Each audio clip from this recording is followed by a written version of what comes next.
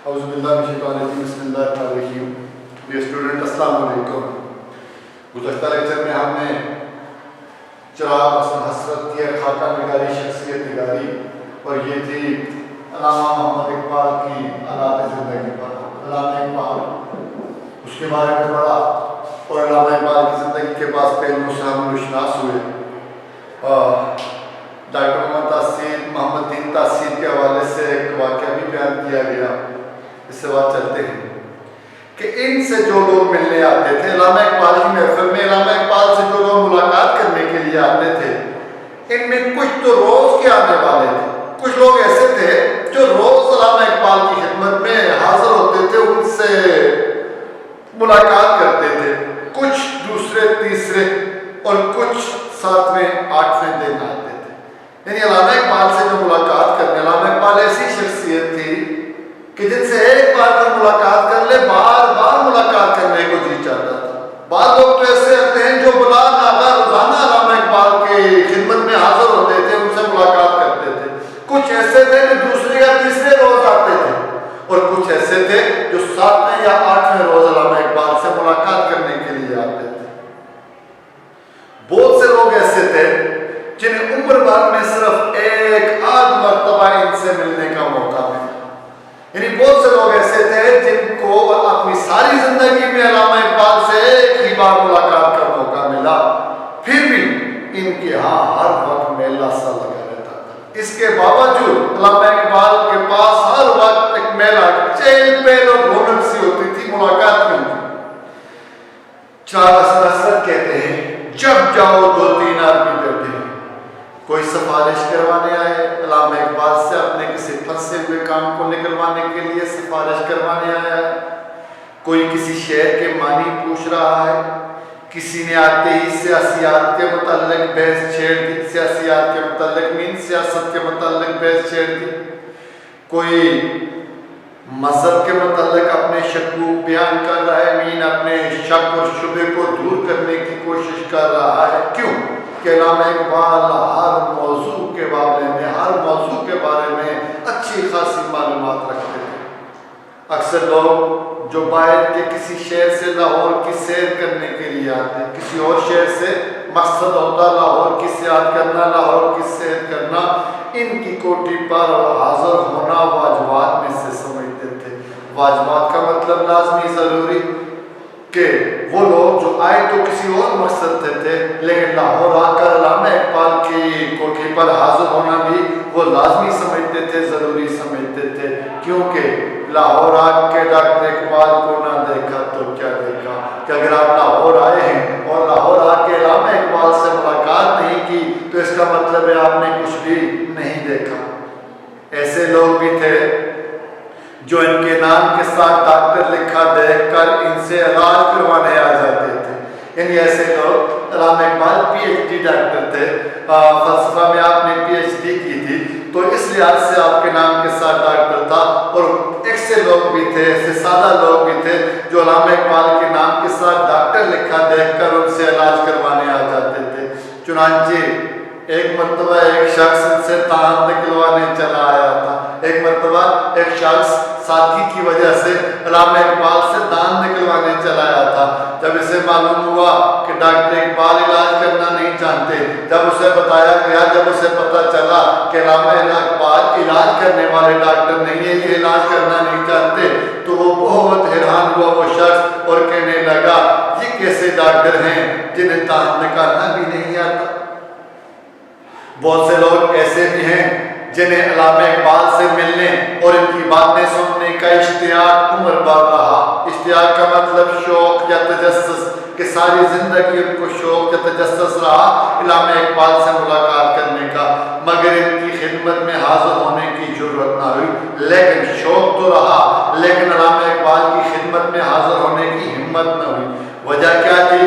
اس کی وجہ یہ تھی کہ ان لوگوں کو ان کی طبیعت کا حال معلوم نہیں تھا، ان لوگوں کو یہ پتہ نہیں تھا کہ علامہ اقبال کس قدر سادہ طبیعت کے، علامہ اقبال کس قدر خوش مزاج قسم کے آدمی ہیں۔ وہ ان کی عظمت کے ذکر اذکار سن کر، ذکر اذکار جو ہے ذکر کی جمع ہے، کہ ان علامہ اقبال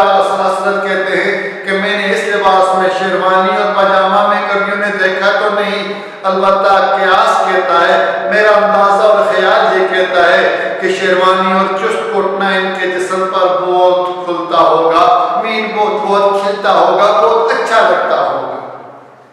یہ علامہ اقبال کے لباس کی بات ہوگی۔ کھانے کی بات آتی ہے، وہ کھانا کم کھاتے تھے مگر ہمیشہ اچھا کھاتے تھے، کم کھاتے تھے لیکن معیاری کھاتے تھے، اچھا کھاتے تھے۔ مدت سے ان کا یہ دستور تھا کہ رات کو کھانا نہیں کھاتے تھے، رات سے ان کا یہ معمول تھا، یہ عادت تھی، یہ روایت تھا کہ رات کو کھانا نہیں کھاتے تھے، صرف نمکین کشمیری چائے پر اکتفا کرتے تھے، کہ اکتفا کا مطلب گزارا، اور رات کے وقت صرف کشمیری چائے، وہ بھی نمکین کشمیری چائے پر گزارا کرتے تھے۔ لیکن دسترخوان پر ہمیشہ 2-3 سالن ضرور ہوتے تھے، کہ جو مہمان ہوتے تھے ان کے لیے ان کے دسترخوان پر ایک نہیں 2-3 سالن ضرور ہوتے تھے۔ پلاؤ اور کباب انہیں بہت مرغوب تھے، کہ علامہ ایسا مرغوب کا مطلب پسند، کہ علامہ اقبال کی جو من پسند خوراک تھی وہ تھی پلاؤ اور کباب۔ شبد ایک بہت پسند تھی، شبد ایک قسم کی ڈش ہے کہ گوشت اور شلغم ساری رات دھیمی آنچ پر پکتے رہتے ہیں، اور اس پکنے کے بعد جو ڈش تیار ہوتی ہے اسے شبد ایک کہتے ہیں۔ علامہ اقبال کو شبد ایک بہت پسند تھی، جاڑے کے دنوں میں بڑے چاؤ سے شبد ایک پکواتے، سردی کہ سردی کے دنوں میں بڑے شوق سے، چاؤ کا مطلب شوق سے، شبد ایک پکواتے، یہ والی ڈش پکواتے اور خشکے کے ساتھ کھاتے، ابلے ہوئے چاولوں کے ساتھ، یا خشکا کا مطلب ہم خشک روٹی، توے کی بنی ہوئی روٹی کے ساتھ یہ بھی کہہ سکتے ہیں، کھاتے تھے۔ پھلوں میں صرف آموں سے رغبت تھی، رغبت کا مطلب لگاؤ، علامہ اقبال کو آم بہت پسند تھے۔ آموں کی فصل میں لگن اور سینیاں بھر کے بیٹھ جاتے، جب آم پک کے تیار ہو جاتے، لگن کا مطلب تھال اور سینی بھی تھالی ڈولا کے برتن ہوتے ہیں، اسے ہم چلمچی کہہ سکتے ہیں، کہ لگن اور سینیاں بھر کے بیٹھ جاتے، خود کھاتے، احباب کو کھلاتے، خود بھی کھاتے، احباب حبیب کی جمع دوستوں کو بھی کھلاتے، اور لطیفے کہتے، آپ ہنستے اور دوسروں کو ہنساتے رہتے، خود بھی ہنستے اور دوسروں کو بھی ہنساتے۔ جوانی کے زمانے میں ان کا معمول تھا کہ صبح اٹھ کے نماز پڑھتے، جوانی کا ذکر کر رہے ہیں، جوانی کے زمانے میں ان کی یہ عادت تھی، ان کا یہ معمول تھا کہ صبح کے وقت اٹھتے اور نماز پڑھتے، قرآن کریم کی تلاوت کرتے، پھر ورزش کرنا شروع کر دیتے، ڈانٹ پیلتے، مین پہلوانوں کی طرح ڈنڈ نکالتے، پش اپ، مقدر ہلاتے، وہ ڈمبلز ہلاتے، اور جب سارا جسم ارک ہو جاتا، سارا جسم پسینے میں ڈوب جاتا تو یہ مقدر ہاتھ سے چھوٹتا، تب ان ڈمبلز کو چھوڑتے۔ سن زیادہ ہو گیا، عمر زیادہ ہوگی تو ورزش چھوٹ گئی، خود بخود ہمت نہ رہی، دم نہ رہا، سکت نہ رہی تو ورزش کرنا چھوڑ دی۔ البتہ قرآن کریم کی تلاوت آخر تک جاری رہی، مرتے دم تک کرتے رہے۔ عام طور پر پنجابی بولتے تھے، کبھی کبھی اثناء گفتگو میں انگریزی بولنا بھی شروع کر دیتے۔ اثناء گفتگو کا مطلب گفتگو کے دوران، کبھی کبھی گفتگو کے دوران انگریزی بولنا بھی شروع کر دیتے تھے۔ یو پی کے جو شاعر اور ادیب ان سے ملنے آتے تھے، یو پی ہندوستان کا ایک صوبہ سے آپ اتر پردیش کہتے ہیں، اتر پردیش کے شاعر اور ادیب ان سے ملنے آتے تھے، انہیں علامہ اقبال کے ڈیل ڈول علامہ اقبال کے جسم، علامہ اقبال کے بدن، بولنے کا انداز اور گفتگو کے انداز اور بات چیت کے انداز پر حیرت ہوتی تھی۔ کس کو؟ یو پی کے شعراء اور ادیب کو۔ کیونکہ ان لوگوں کے ذہن میں شاعر کا تصور یہ ہے، ان کے نزدیک علامہ اقبال شاعر نہیں ہوتے۔ شاعر کیسے ہوتے ہیں؟ ایسے کہ تیکھے تیکھے نقش مین، ہلکا سا جسم، دان پان سا، ہلکا پھلکا سا، ہلکے اور عمدہ قسم کے نقش، تیکھے تیکھے نقش مین، ہلکے اور عمدہ قسم کے نقش، جسم دان پان بلکہ بالکل مشت استخوان۔ مشت استخوان کا مطلب ہے ہڈیوں کی مٹھی، انتہائی کمزور، انتہائی لاغر، کلے میں گلوری، جیسے کلا کہتے ہیں جبڑا، یہاں منہ بڑھا دیں گے، منہ میں تیار شدہ پان، اور بات بات پر تسلیمات بجا لاتا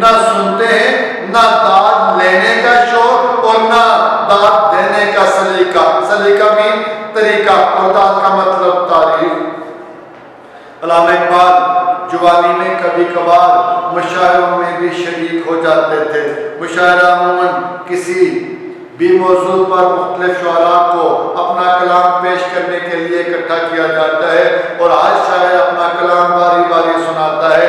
علامہ اقبال جوانی میں کبھی کبھی مشاعروں میں شریک ہو جاتے تھے، لیکن آہستہ آہستہ انہیں اس قسم کے اجتماعات سے نفرت ہوگی۔ اجتماع کا مطلب اکٹھا ہونا، اس مقصد کے لیے اکٹھا ہونے سے نفرت ہوگی۔ کس مقصد کے لیے؟ اپنا کلام دوسروں کو سنانے کے لیے اکٹھا ہونے سے اس قسم کے اجتماعات سے علامہ اقبال کو نفرت سی ہوگی۔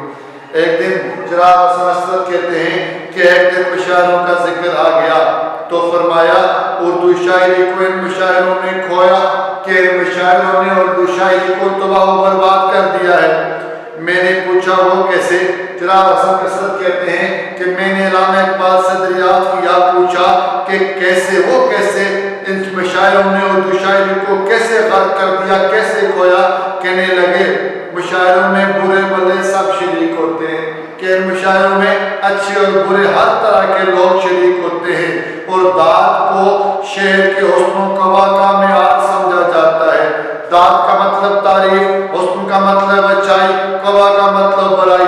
جس شعر پہ داد ملے تو وہ یہ سمجھتے ہیں کہ یہ شعر بہت اچھا ہے، اور جس شعر پہ داد نہ ملے تو وہ یہ کہتے ہیں کہ یہ شعر برا ہے۔ یعنی داد جو ہے وہ شعر کے اچھا یا برا ہونے کا معیار ہے۔ اس کا نتیجہ یہ ہوا کہ اردو شاعری نے عوام کے مذاق کو اپنا رہنما بنا لیا۔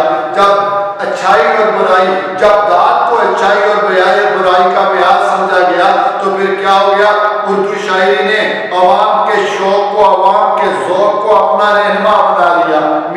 کیا شعراء حضرات ایسی شاعری کرنے لگے جو عوام کو پسند ہو اور جن پہ داد ملے، کیونکہ وہ شعر کی اچھائی یا برائی وہ داد پہ ملتی ہے۔ جس شعر کو داد ملتی وہ اچھا ہے، تو پھر شعراء نے بھی ویسے ہی شعر لکھنے شروع کر دیے۔ میں نے عرض کیا ان مشاعروں نے تو اردو زبان کو بہت فائدہ پہنچایا، کہ زبان کے لحاظ سے اردو زبان کو بہت فائدہ پہنچا ہے ان مشاعروں کی وجہ سے۔ علامہ اقبال نے فرمایا ہاں زبان کو تو فائدہ پہنچا، ایز اے لینگویج اردو کو فائدہ پہنچا، زبان کی حیثیت سے اردو کو فائدہ پہنچا اور شاعری کو غارت کر ڈالا، لیکن زبان کی حیثیت تو فائدہ تو پہنچا، لیکن زبان ہی میں کی جانے والی شاعری کو تباہ و برباد کر دیا۔ آج کے لیے اتنا ہی کافی، باقی انشاءاللہ